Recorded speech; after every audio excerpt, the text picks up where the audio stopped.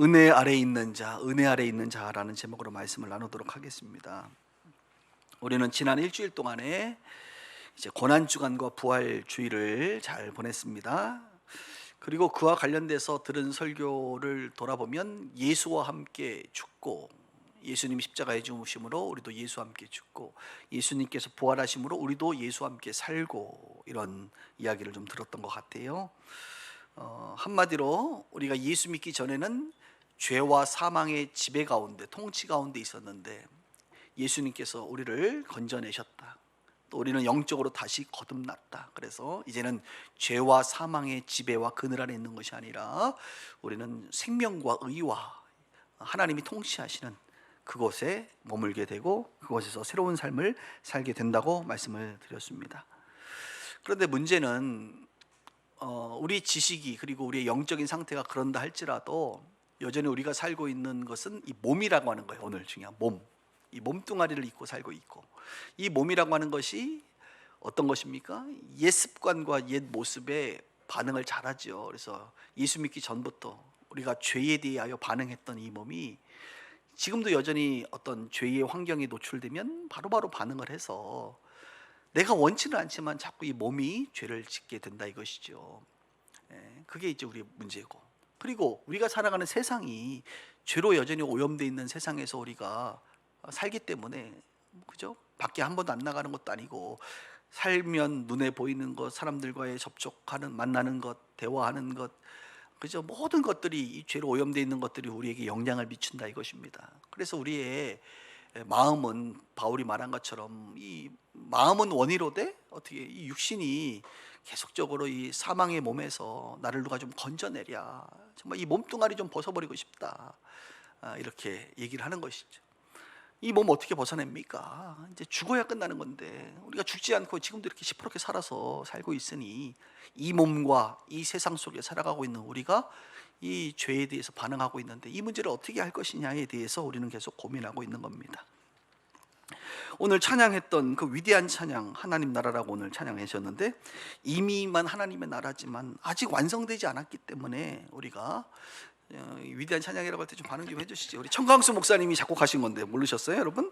우리 천 목사님 작사 작곡, 조만간 다음 달쯤에 아마 발매되는 걸로 제가 알고 있는데, 이렇게 발매되기 전에 막 이렇게 불러도 되는 거예요? 이거 제가 장창영 작곡을 해서 쓰면 어떡하려고 걱정인데, 저거 살짝. 이미만 하나님의 나라지만 아직 완성되지 않았기 때문에 이 땅을 살아가는 저와 여러분들은 그날을, 천국의 그날을 소망하긴 하지만 여전히 우리는 이 죄의 환경 속에 놓여 있다, 이것입니다. 이 부분에 대해서 오늘 설교가 가장 분명하게 이것에 대한 해답까지 우리 가운데 주고 있다는 것을 기억하시면서 여러분 좀 집중을 해주시면 좋겠어요. 먼저 14절 15절을 좀 보도록 하겠습니다. 우리 페이지를 넘겨서 14절 15절에 보시면 뭐라고 말하죠? 죄가 너희를 주장하지 못한다. 이 주장하지 못한다는 것은 죄가 너희들을 지배하지 못한다, 통치하지 못한다, 아주 근원적으로 이것을 말하는 거예요. 왜요? 이는 너희가 법 아래에 있지 아니하고 어디 아래에 있기 때문에? 은혜 아래에 있기 때문이다. 이제 우리는, 우리 존재가 예수 믿음으로 말미암아 여러분 이 죄 아래 있지 않아요. 다른 말로 법 아래 있지 않아. 법, 율법 아래 있지 않는다. 우리는 은혜 아래 있는 자다. 은혜 아래서 살아가는 자다. 우리는 그곳에서 다시 거듭났다. 하나님이 우리를 죄에서, 사망에서 생명으로 옮겨주셨다, 이렇게 말하고 있는 겁니다. 그러니까 그런즉 어찌하리요? 우리가 법 아래 있지 아니하고 은혜 안에 있는데, 우리 은혜 안에 살아가고 있는데 죄를 지어야 돼요, 안 지어야 돼요? 죄를 지으리요? 그럴 수 없느니라, 이렇게 말해주고 있는 것이죠. 이 부분을 우리가 해석하는 데는 조금 시간이 필요합니다. 왜냐하면 이제 로마서뿐만 아니라 바울 서신을 보면 바울이 끊임없이 말하는 표현 중에 하나가 바로 이거예요. 우리는 법 아래에 있지 않다. 법, 우리는 다른 말로 율법 아래에 있지 않다. 또 다른 성경에는 보면 우리는 죄와 사망의 법에서 해방되었다. 그죠? 법 아래 있지 않다는 것이 다른 표현으로 해방되었다, 이렇게 표현하기도 하고, 또는 율법 조문, 이 묵은 율법 조문에 우리는 더 이상 갇혀 있는 자가 아니다, 그것과 상관이 없다, 이렇게 말을 하고 있단 말입니다. 도대체 우리가 이 법, 율법과 상관이 없다는 것이 도대체 무엇을 의미하는가? 이것에 대해서 확실하게 하려면 역시 바울이 하나님의 감동으로 쓴 갈라디아서 3장 24절과 25절의 말씀을 읽어야 되는데요. 한번 보세요. 여러분이 잘 아시는 말씀이에요. 이런 말씀 있잖아요. 이같이 율법이 어떤 역할을 하는데 우리를 그리스도께로 인도하는 초등교사가 되어 우리로 하여금 믿음으로 말미암아 의롭다함을 얻게 하려 함이라. 믿음이 온 우로는 우리가 초등교사 아래에 있지 아니하니라. 자, 색깔을 칠했는데 율법이 뭐랍니까? 율법은 결국은 초등교사가 된다는 거예요. 율법이 초등교사. 우리 교회 그 선생님들 많은데 직업이 특별히 초등교사 하는 분들은 오늘 축복합니다. 오늘 딱 나왔네, 초등교사. 여러분 예로 들을게요. 초등교사가 뭐 하는 줄 아세요? 초등학교 입학한 아이들이 학교 생활하면서 아니면 윤리 도덕 같은 거 잘 모르잖아요. 아이들이 너무 어리다 보니까. 그러면 도둑질하는 거 아니면 욕하는 거, 침 뱉는 거, 쓰레기 버리는 거 뭐 이런 것들을 초등 선생님이 뭐하냐? 가르쳐 줍니다. 얘야 이거는 잘못된 거다. 얘야 이거는 잘하는 거다. 칭찬도 주고. 그러니까 아이들이 초등교사 아래에, 초등교사, 오늘 성경은 이 초등교사를 율법이 바로 그런 역할을 한다는 거예요. 율법 아래 초등교사가 바른 길로 인도한다는 거예요. 바른 길로. 잘못된 것은 잘못됐다, 잘못됐다, 이건 옳은 것이다, 옳은 것이다, 이렇게 바른 길로 인도하는 게 우리 초등학교 선생님들이시죠? 할렐루야. 초등학교 선생님들 여기 안 계시네. 다 일부 예배 드리시고 갔나 봐요. 근데 율법이 바로 그런 역할을 한다는 거예요. 율법이 우리가 예수 믿기 전에는 우리가 죄가 죄인지도 몰라요. 그래서 막 죄를 지어. 물론 양심에 좀 가책도 좀 느끼긴 합니다만 분명하게 죄인지 아닌지도 잘 모르겠어. 하나님이 없다는 게 왜 죄인지도 모르겠고, 그죠? 예수를 안 믿는 것도 왜 죄가 되는 건지도 모르겠고, 그죠? 왜 교회에 대해서 함부로 말하고 비판하고, 그죠? 판단하고 심지어는 욕하고 안티크리스찬으로 살아가는 게 왜 이게 죄가 되냐 말이죠. 우상을 숭배하는 게 왜 죄예요? 도둑질하는 게 왜 죄예요? 살인하는 게 왜 죄예요? 남의 것을 탐내는 게 왜 죄냔 말이에요. 잘 몰랐단 말이에요. 그런데 율법이 딱 들어오니까, 십계명을 보니까 우상 숭배하지 말라, 도둑질하지 말라, 내 부모를 공경해라. 이 율법이 우리로 하여금 초등학교 선생님처럼 가르쳐주고 있는 거예요. 너희는 죄인이다. 너가 지금 하고 있는 행위는 다 죄다.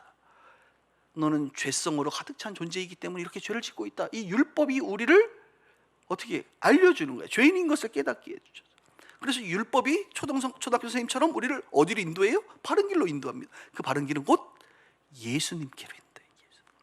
그래서 예수님의 십자가로 인도합니다. 그래서 이 예수님의 십자가로 말미암아 이 잘못된 것들이 다 극복되어진, 이 우리의 죄의 문제를 대속하시는 예수님께로 우리를 인도하는 역할을 누가 하느냐? 율법이에요. 율법. 그러니까 율법을 다 갖다 대면 죄인 아닌 사람이 한 명도 없는 거예요. 율법은 모든 인간으로 하여금 죄인인 것을 깨닫게 하는 놀라운 기능을 하고 있다는 거예요. 그래서 오늘 성경에 뭐라 그래? 갈라디아서가 율법이 우리를 그리스도께로 인도하는 선생님이 되셔가지고 우리가 그 예수 그리스도를 믿음으로 말미암아 이제 뭐가 돼요? 의롭다, 의로워졌다, 우리는 의로워진 존재가 되었다는 것을 성경은 알려주고 있다는 거예요. 자, 그러면 이제 예수를 믿고 의로워진 사람에게는 율법이 필요할까요? 율법 아래서 사는 게 의미가 있을까요? 죄인으로 살고 있던 그 모습은 이제는 상관이 없는 거죠. 그래서 믿음이 온 후로는 우리가 율법 초등교사 아래에 있지 않습니다. 어디에 있어요? 우리는 예수로 말미암아 의인이 되어서 의로우신 그 주님과 함께하는 은혜 아래에 살게 되는 존재가 되는 거예요. 초등학교 졸업했어요. 초등학교 선생님 만날 일 없어요, 여러분. 이제 우리는 의로운 자, 은혜 안에 사는 자가 되었단 말입니다. 다른 말로 우리는 율법 아래 있지 않는다. 오늘 이것을 성경이 말해주고 있는 거예요. 그래서 율법 아래 있다는 것은 다른 말로 그 죄를 말하는 거예요. 죄 아래 있다는 거예요. 죄의 지배 가운데 있었다는 것입니다. 여러분들은 죄의 지배 가운데 여전히 살고 있나요? 율법 아래 살고 있나요? 그렇지 않죠. 우리는 예수님의 십자가 대속의 은혜로 말미암아 죄에서 생명으로 옮겨진 은혜 아래 살아가는 자가 되었다는 것입니다. 그래서 이젠 더 이상 죄가 우리를 지배하지 못한다. 우리를 그곳에 가둘 수 없다. 우리는 이미 다른 곳에서 살아가고 있는 자들이다. 이것을 말하고 있는 겁니다. 이 확실한 진리, 이 교리에 대해서 오늘 저와 여러분들이 신비에 좀 새겼으면 좋겠어요. 신비. 신비라는 말이 있어요. 신비. 예전 성경에는 이런 표현이 있는데, 신비가 뭐예요? 마음심. 이게 마음의 비석에 생기라 이거예요. 마음의 비석. 좀 쉬운 말로 마음판. 오늘 이 내용을 마음판에 딱 새기셨으면 좀 좋겠어요. 할렐루야. 나는 죄의 지배 아래 있지 않고 은혜의 지배 아래 있다. 예수님의 십자가와 부활 사건이, 그 공로가 나를 은혜의 지배 통치 아래에 있게 했다. 그래서 나는 이 은혜를 이제는 찬양하는 자로 살아가는 것이지. 찬양하는 자. 내 신분이 하나님의 백성 자녀로서 은혜 아래 살게 되었으니. 그래서 우리가 예수 믿고 나서 하는 찬양이 뭐냐면 은혜에 대한 찬양이에요. 은혜에 대한. 나 같은 죄인 살리신 그 크신 은혜를 찬양하는 거예요. 그 은혜에 놀라워. 이 노래를 자꾸 한단 말이에요. 모든 것이 은혜, 은혜, 은혜, 한없는 은혜. 이런 노래를 자꾸 하는 이유는 뭐냐면, 우리가 죄와 사망의 그늘 아래서 있다가 생명으로 옮겨진 것이 우리의 공로는 거의 없고, 그냥 믿어져서 믿었을 뿐이고, 다 주님께서 예비하신 십자가의 은혜 덕분에 우리의 신분이 바뀌었다 이것이죠. 사랑하는 여러분, 우리는 어느 법 아래 있습니까? 지금 죄와 사망의 율법 아래 있는 존재가 아니라 예수님의 십자가 공로로 은혜 아래 있다라고 하는 사실을 분명히 오늘 기억할 수 있기를 주의 이름으로 축복합니다. 그렇다고 한다면 이제 은혜 아래 살아가는 우리는 남은 생에 아까 목사님 말씀하신 것처럼 육신을 입고 살아가는데, 도대체 우리는 이제 어떻게 이 죄와의 문제를 다뤄야 되느냐? 이 문제가 이제 12절과 13절에 분명하게 나와 있는데요. 한번 볼까요? 12절, 13절. 그러므로 너희는 죄 나오죠? 너희 죽을 몸을 지배하지 못하게 하여 몸의 사욕에 순종하지 말고. 지금 뭐에 대한 이야기를 해요? 몸에 대한 이야기예요. 몸, 죽을 몸. 여러분, 우리가 살고 있는 이 몸 갖고 있는 이 몸은 어떤 몸입니까? 계속 살아요? 아니면 죽어요? 죽어요. 언젠가는. 이 죽을 몸이란 말이라면 지금 몸에 대한 이야기를 하고 있는 거예요. 죄는 몸과 연관되어 있습니다. 그러니까 이 죽을 몸을 죄가 지배하지 못하도록 이 몸의 사욕이 뭐예요? 몸의 사욕. 몸의 사욕이라는 것은 정욕, 욕망 이런 거거든요. 그 몸의 욕망에 자꾸 순종하지 말고, 또 너희 지체가 뭐예요? 몸이잖아. 몸을 불의의 무기로 자꾸 내어주지 말고, 오직 너희 자신을 죽은 자 가운데서 다시 살리신 하나님께 드리며 너희 지체, 이 몸을 의의 무기로 하나님께 드려라. 그러니까 정리하면 이거예요. 너희들에게 몸이 있는데 예수 믿고 나서도 하나님의 은혜 안에 살지만 여전히 몸을 입고 살아가는데, 이 몸을 어떻게? 정욕과 육신의 또 불의한 무기, 불의한 어떤 용도로 우리의 몸을 자꾸 악인에게 바치고 악인에게 동조하고, 또 여러분들이 이 눈과 입과 생각과 마음이 그동안 아주 육신의 그 죄에 쩌들었던 그런 습성을 따라 자꾸 그것에 순종하지 말고, 결론은 뭐라? 하나님께 드려라. 하나님께로 좀 가까이 가라. 하나님께로. 이 육신에 대한 이야기를 말하고 있는 것이죠. 우리의 몸은 죽을 몸이다. 그런데 아직 살아있으니까 죄가 이 죽을 몸을 지배 통치하지 못하도록 그렇게 놔두면 안 된다는 거예요. 이 몸을 우리 몸의 사욕에 순종하도록 내버려두면 안 된다는 거예요. 죄에게 자꾸 내어주면 안 된다는 거예요. 불의한 무기가 되면 안 된다는 거예요. 왜? 우리는 은혜 안에 사는 존재가 되었기 때문에 우리의 몸도 은혜 안에 사는 존재로서의 모습을 이제 갖춰 나가라. 한마디로 율법 아래에 있는 자처럼 살지 말고 은혜 아래에 있는 자처럼 좀 살아라. 이렇게 말하고 있는 것이죠. 근데 이게 잘 안 되거든요.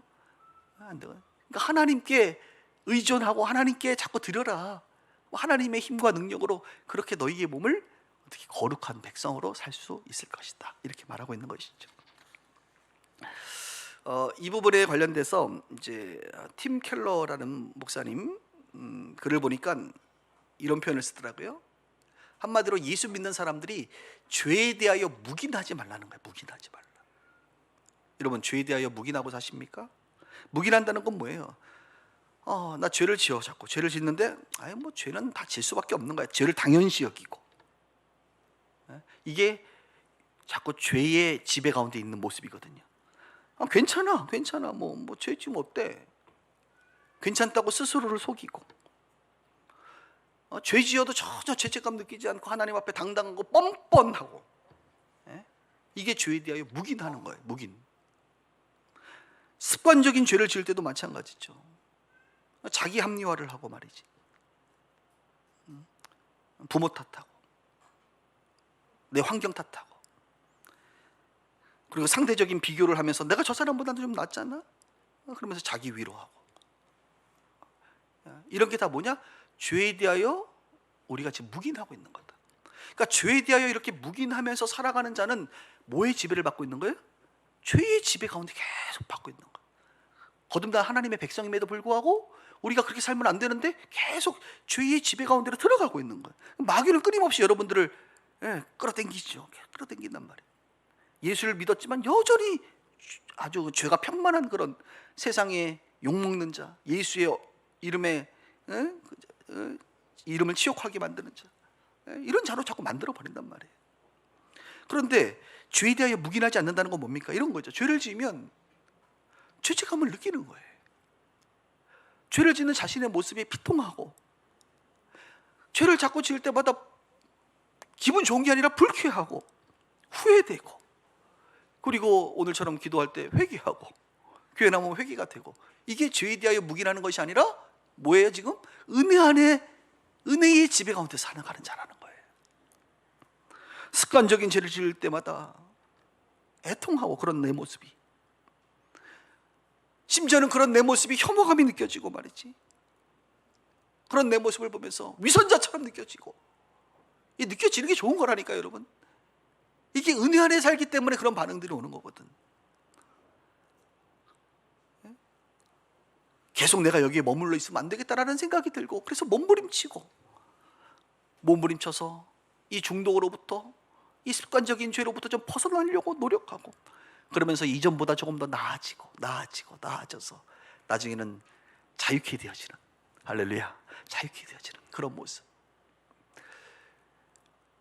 우리가 은혜의 아래 살아가는 존재라는 분명한 사실이 있음에도 불구하고 우리의 삶의 모습, 실제는 은혜 아래에서 살아가고 있느냐, 은혜 안에 사는 자처럼 우리는 죄에 대하여 반응하고 있느냐, 아니면 죄에 대하여 끊임없이 끌려가는, 죄를 묵인하고 살아가고 있느냐를 말하고 있는 겁니다.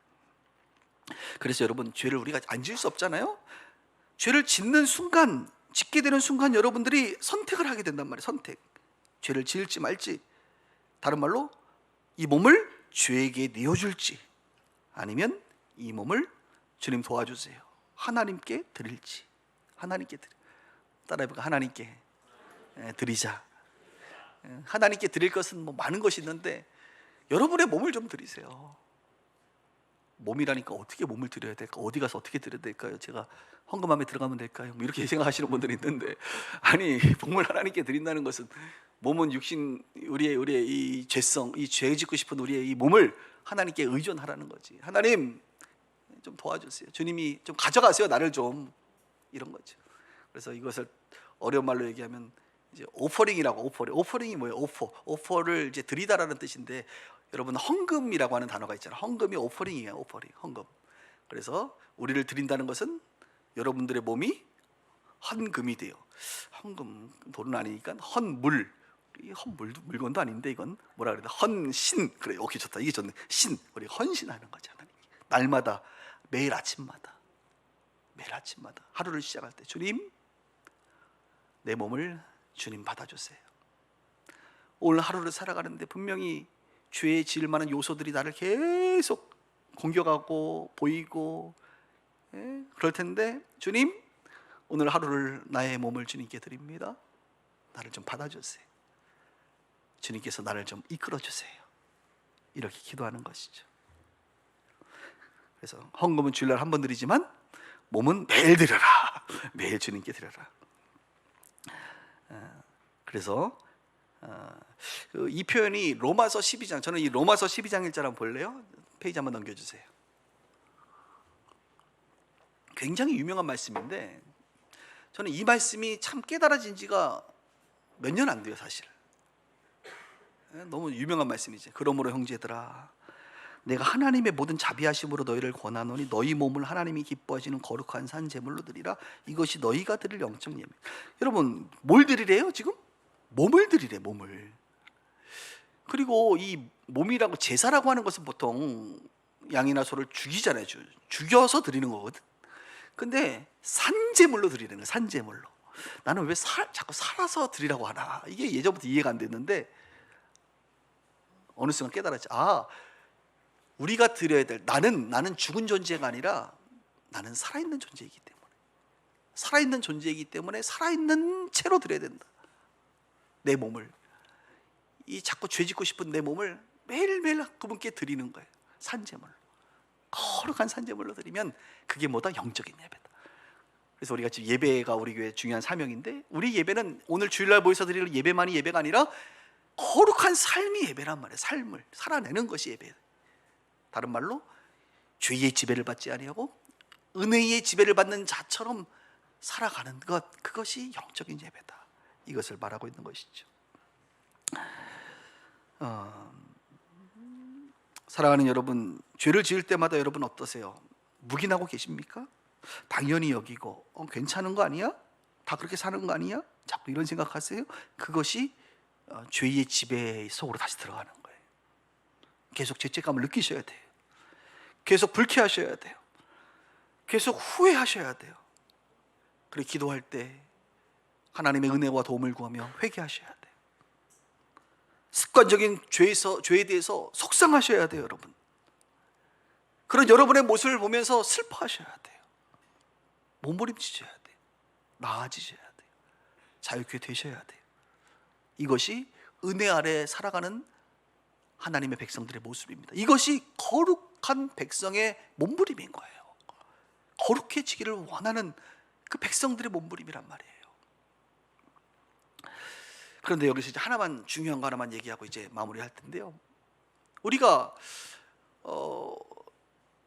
죄의 지배 아래서 이제 벗어나서 하나님의 은혜의 지배 아래 살아가는 것, 우리의 신분도 하나님의 백성 된 것도 알았어.